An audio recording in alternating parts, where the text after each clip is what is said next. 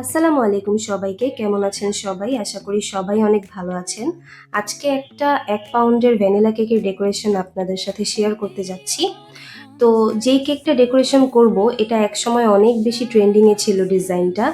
তো খুবই বেশি ট্রেন্ডিং এ ছিল, সবাই অনেক পছন্দ করত। বাট তখন সামহাউ আমার এই ধরনের কেকগুলো বানানো হয়নি। কারণ তখন অন্য টাইপের কেকের আমার অর্ডার এসেছিল, এই ধরনের আসেনি। কিন্তু বর্তমানে এই ধরনের কেকের অর্ডার আমার চলে আসছে। এইজন্য আমি সুযোগ পেলাম এই ধরনের ডেকোরেশন করা। খুবই সিম্পলের মধ্যে গর্জিয়াস বলতে পারেন। তো এই কেকটা যখন ডেকোরেশন করছি মনের মধ্যে অনেক বেশি আতঙ্ক ছিল, কারণ এটা কয়েকদিন আগের কেকের ডেকোরেশন ভিডিও।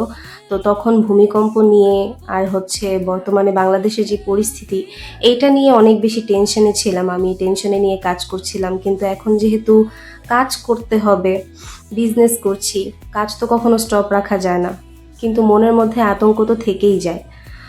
শুক্রবারের যে ভূমিকম্পটা হয়েছিল সেটার পর থেকে কেউ আমার মনে হয় এখনো পর্যন্ত নর্মাল হতে পারিনি, আমি তো হতেই পারিনি। তো সেই চিন্তা নিয়েই আমি কেকটা ডেকোরেশন করছিলাম। তাই ভাবছিলাম যে কেকটা ভালো হবে কিনা, আমার ভিতরে তো টেনশন করছে অন্য জিনিসের, অন্য বিষয় নিয়ে।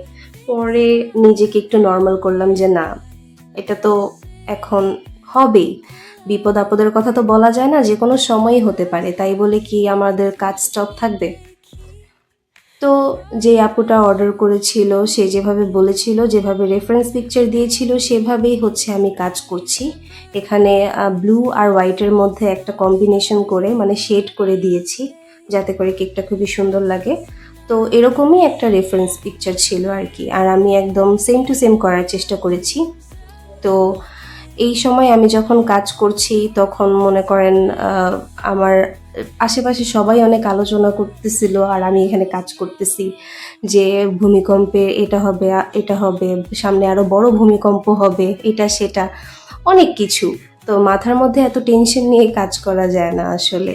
কিন্তু তারপরও আমি আমার প্রত্যেকটা কাজ খুবই ভালোভাবে করার চেষ্টা করি। ঠিক সেম এই কেকের ক্ষেত্রেও কেকের ফাইনাল লুকটা দেখলেই আপনারা বুঝতে পারবেন যে কেকটা কতটা সুন্দর হয়েছে, কতটা এলিগেন্ট হয়েছে। ইভেন আমার কাস্টমারেরও খুবই ভালো লেগেছে কেকটা।